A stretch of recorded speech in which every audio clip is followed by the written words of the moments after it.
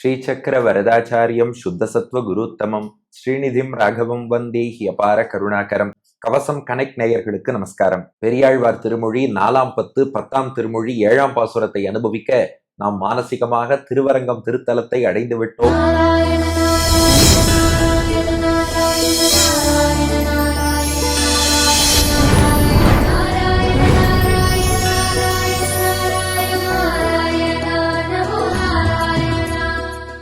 உபய காவிரி மத்தியில் பிரணவாக்கார விமானத்துக்கு கீழே ஸ்ரீரங்க நாயகியின் கேழ்வனான பெரிய பெருமாள் ஆதிசேஷன் மீது பள்ளி கொண்டிருக்கிறார்.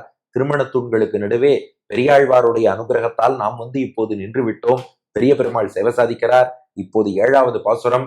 பெரிய பெருமாள்கிட்ட பெரியாழ்வார் கேட்கிறார், எம்பெருமானே, நீ காப்பாத்தினா மட்டும் போராது, அந்த யமகிங்கரர்கள்டேந்து என்னை நீ காப்பாய் அல்லவா? அப்போ உன் திருவாயை திறந்து அஞ்சேல், பயப்படாதே, அபயம் மாசுச்சகா, அந்த ஒரு வார்த்தை சொல்லுப்பா, காதில் அமுதம் பாய்வது போல அந்த வார்த்தையை சொல்லி நீ காக்க வேண்டும்னு வேண்டுகிறார். ஏன் வார்த்தையை சொல்லி காத்தாதான் சந்தோஷமா? அது இல்லாமே காப்பாத்தலாமேன்னா அப்படி இல்ல. நம்ம வீட்டுக்கு ஒருத்தர் வராருன்னா தலையால இப்படி வான்னு சொல்றதை விட வாருங்கள்னு அழைத்தால் அவருக்கு சந்தோஷமா இருக்கும் இல்லையா? அது போலதான் பக்தனுக்கு பகவான் வாய் திறந்து ஒரு நாள் பேசுறான்னா, நம்ம ரொம்ப நாள் பெருமாளை குறித்து பக்தி பண்றோம், நிறைய ஸ்துதிகள் பாசுரங்கள் எல்லாம் சேவிக்கிறோம். ஒரு நாள் பெருமாள் வாய் திறந்து பேசினார்னா அது பக்திக்கு பிரதிபலன் எதிர்பார்க்கிறோம்னு அர்த்தம் இல்ல. அவருடைய அன்பை அவர் நம்மகிட்ட வெளிப்படுத்துறார், அன்பை கன்வே பண்றாருன்னு அர்த்தம். அது ஆனந்தம் தானே. அதைத்தான் 7ஆம் பாட்டில் கேட்கிறார். செஞ்சொல் மறைப்பொருள் ஆகி நின்ற தேவர்கள் நாயகனே எம்மானே, எஞ்சலில் என்னுடை இன்னமுதே, ஏழுலகும் உடையாய் என்னப்பா, வஞ்ச உருவின் நமந்தமர்கள் வலிந்து நலிந்து என்னை பற்றும் போது அஞ்சலம் என்று என்னை காக்க வேண்டும், அரங்கத்து அரவணை பள்ளியானே.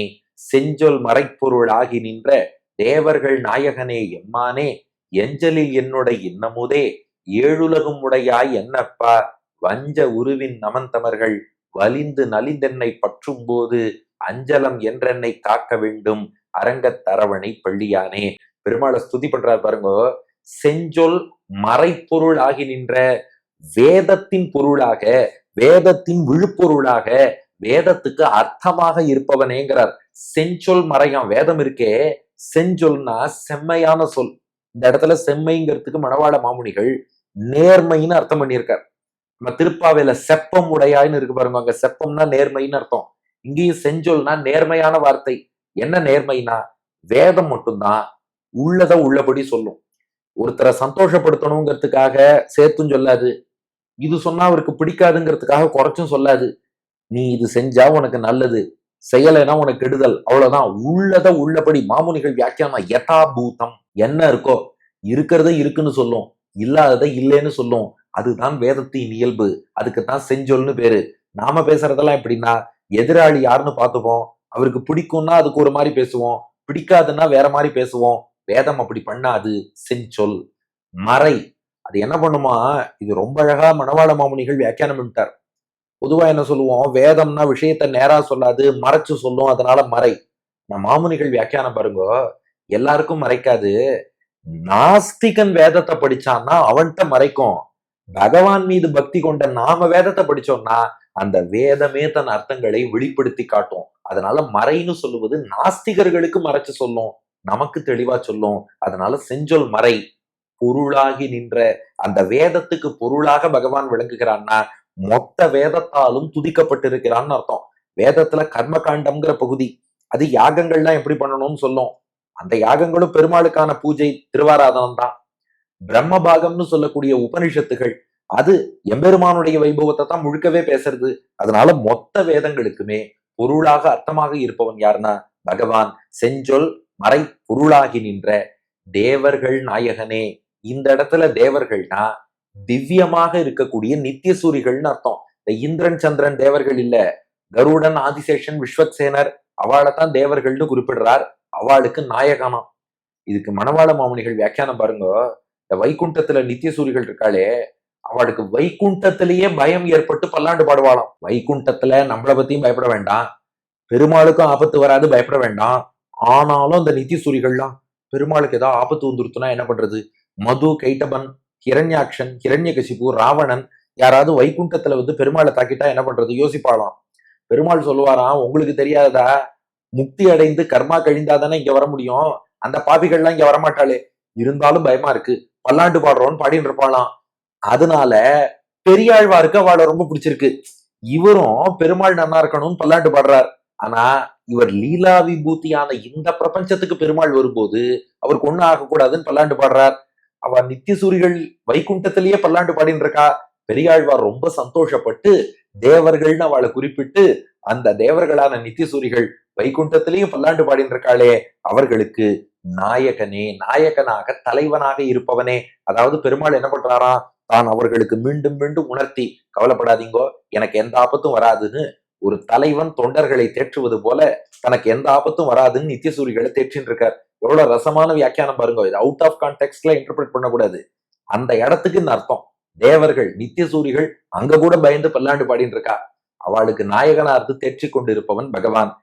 எம்மானே, எம்மானேனா இந்த இடத்துல மான்னா தலைவன், எம்மானேனா எனக்கும் தலைவன். அந்த நித்திய சூரிகள் மீது பெருமாள் எவ்வளவு அன்பு வச்சாரோ அதை விட பெரியாழ்வார் மீது அதிகமாக அன்பு வைத்த எம்மானே, என்னுடைய தலைவனே. ஏன்னா மொத்த நித்திய சூரிகளுக்கு பெருமாள் மீது எவ்வளவு பரிவோ அதை விட அதிகமான பொங்கும் பரிவு நம்ம பெரியாழ்வார்கிட்ட இருக்கு. பெருமாளும் மொத்த நித்திய சூரிகள்கிட்ட எவ்வளவு அன்பு வச்சாரோ அதை விட அதிகமான அன்பை பெரியாழ்வாரிடம் வைத்திருக்கிறான். தேவர்கள் நாயகனே எம்மானே, சேர்த்து சேவிச்சு பாருங்க, அர்த்தம் புரியும். தேவர்கள் நாயகனே எம்மானே, அத்தனை நித்திய சூரிகளுக்கும் தலைவனே, எனக்கும் தலைவனே, எஞ்சலில் என்னுடைய இன்னமுதே. பெரியாழ்வாருக்கு அமுதமாய் இனிக்கிறாராம் பெருமாள். எப்படிப்பட்ட அமுதம்னா எஞ்சல் இல், எஞ்சல்னா குறைன்னு அர்த்தம். அடுத்து ஒரு அழகான தமிழ் வார்த்தை பெரியாழ்வார் சொல்லிக் கொடுக்கிறார் பாருங்க. எஞ்சல் என்றால் குறை, எஞ்சல் இல் அப்படின்னா குறையே இல்லாத அமுதம். இந்த தேவலோக அமுதம் இருக்கே, அதுக்கு நிறைய குறைகள் உண்டு, ரொம்ப கஷ்டப்பட்டாதான் கிடைக்கும். அப்புறம் சாப்பிட்டாலும் அவ்வளவு சுவையாலாம் இருக்காது. ரொம்ப சாப்பிட்டுட்டா தகட்டி போயிடும், உப்பு கரிக்கும், அது உடம்பில் உள்ள நோயைத்தான் போக்கும், ஆத்மாவின் நோயை போக்காது. இப்படின்னு எஞ்சல் குறைகள் உள்ள அமுதம் தேவலோகத்துல இருக்கு. ஆனா பெருமாள் எப்படின்னா எஞ்சலில் எந்த குறையும் இல்லாத என்னுடைய பக்தர்கள்லாம் என்னுடையதுன்னு சொந்தம் கொண்டாடலாம். தேவலோக அமுதத்தை என்னோடதுன்னு சொல்லிட்டோம்னா இந்திரன் சண்டைக்கு வந்துருவோம் அது என்னதுன்னு. ஆனா பெருமாளை எல்லாரும் கொண்டாடுறோம் இல்லையா, என் பெருமாள், என் பெருமாள். அதனால எஞ்சலில் குறையும் இல்லாத என்னுடைய என்னதுன்னு உரிமை கொண்டாடக்கூடிய ரொம்ப இனிமையான, எவ்வளவு அனுபவிச்சாலும் திகட்டாது, பிறவி பிணிய போக்கும், ஆத்மாவின் நோயையே போக்கும், அப்பேற்பட்ட வசதியான அமுதம், இன்னமுதே திகட்டாத இனிமையான அமுதமாக இருப்பவனே. அப்புறம் ஏழுலகும் உடையாய், ஏழுலகம்னா லீலா விபூதியான இந்த பிரபஞ்சம்னு அர்த்தமா. அதாவது முன்னடியில தேவர்கள் நாயகனேன்னு சொல்லும் போது வைகுண்டத்துக்கு தலைவன், நித்தியசூரிகளுக்கு தலைவன் தெரிஞ்சு போச்சு. லீலா விபூதிக்கும் அவர் தானே தலைவன். அதனால ஏழுலகும் உடையாய், 7 உலகங்கள், அதாவது மொத்த பிரபஞ்சம் பிரம்மாண்டம் அனைத்தையும் ஆள்பவனே, என் அப்பா. இங்க அப்பானா உதவி செய்தவன், பேருதவி செய்தவன் அர்த்தம். என் அப்பா எனக்கு எத்தனை எத்தனை பேருதவி செய்து, இங்க எதுக்கு ஏழுலகம் உடையாய் என்னப்பான்னாருனா, 7 உலகத்துக்கும் எத்தனை உதவி எம்பெருமான் செஞ்சானோ அதை விட அதிகமான உதவி பெரியாழ்வார் ஒருத்தருக்கு பண்ணிருக்கானா. அதனால ஏழுலகும் உடையாய் என்னப்பா, 7 உலகுக்கும் உடையவனாக தலைவனா இருந்து என்ன செஞ்சியோ எனக்கு பேருதவி அப்பனாக இருந்து பேருதவி செய்திருக்கிறாய். இதான் பாட்டின் முதல் பாதி. வேதங்களால் போற்றப்படுபவனே, நித்திய சூரிகளின் தலைவனே, எனக்கும் தலைவனே, குற்றமில்லாத என்னுடைய இனிமையான அமுதமே, 7 உலகங்களை ஆள்பவனே, எனக்கும் பேருதவி செய்தவனே. இப்ப வேண்டார், அந்த யமதூதர்கள்லாம் இருக்காளே, அப்பப்போ மாறு வேஷத்துல கூட வருவாளாம். ஏன்னா தாங்கள் இன்னார்னு வெளிக்காட்டிக்க கூடாது, எப்ப வரோம்னு தெரியக்கூடாது. நம்ம தான் மகாபாரதத்துல ஒரு வரலாறு பாக்குறோமே, தக்ஷகன்கிற பாம்பு எலுமிச்சம்பழத்துக்குள்ள ஒளிஞ்சுட்டு இருந்து வந்தான்னு. இது போலதான் யமதூதர்களும் எங்கேயாவது ஒளிஞ்சுட்டு ஏதோ வடிவத்துல வருவா.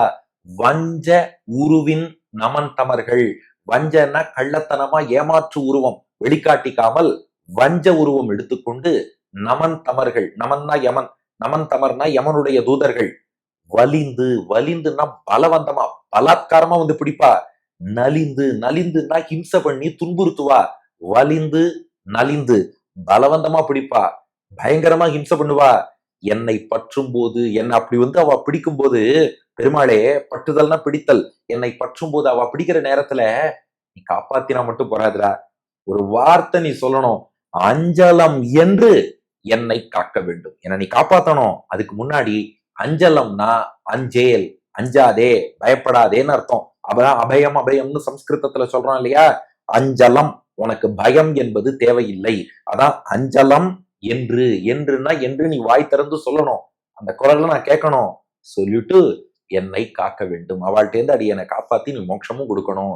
அரங்கத்து அரவணை பள்ளியானேங்கிறது பாசுரம். செஞ்சொல் மறைப்பொருள் ஆகி நின்ற தேவர்கள் நாயகனே எம்மானே எஞ்சலில் என்னுடை இன்னமுதே ஏழுலகும் உடையாய் என்னப்பா வஞ்ச உருவின் நமந்தமர்கள் வலிந்து நலிந்து என்னை பற்றும் போது அஞ்சலம் என்று என்னை காக்க வேண்டும் அரங்கத்து அரவணை பள்ளியானே.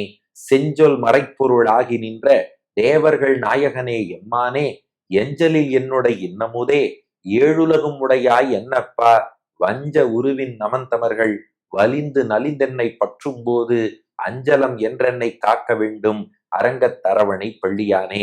சிறப்பான நேர்மையான வார்த்தைகளை கொண்ட, நாஸ்திகர்களுக்கு அர்த்தத்தை மறைத்து ஆஸ்திகர்களுக்கு அர்த்தத்தை சொல்லக்கூடிய, வேதத்துக்கு பொருளாக விளங்குபவனே, நித்தியசூரிகளுக்கு தலைவனே, எனக்கும் தலைவனே, குறையில்லாத என்னுடைய இனிமையான அமுதமே, மொத்த பிரபஞ்சத்தையும் ஆள்பவனே, அடியேனுக்கும் பேருதவி செய்த என் அப்பா.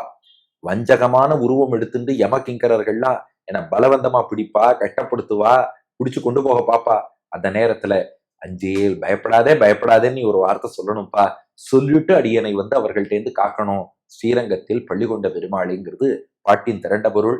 அடியன் வழங்கும் ஆங்கில வடிவம். ஓ Lord, that is the meaning of the Vedas. O the chief of Nityasuris, O my chief, O my faultless sweet nectar, O the Lord that rules the entire universe, O my Lord, O the Lord reclining on the serpent bed in Srirangam, when the servants of Yama come in disguise to catch me and punish me, you should say, don't be afraid and then protect me என்பது இதற்கான ஆங்கில வடிவம். இனி இதற்கு அடுத்த பாசுரத்தில் எப்படி பெரியாழ்வார் பிரார்த்திக்கிறார்னு அடுத்த பகுதியில் காண்போம். பெரியாழ்வார் திருவடிகளே சரணம்.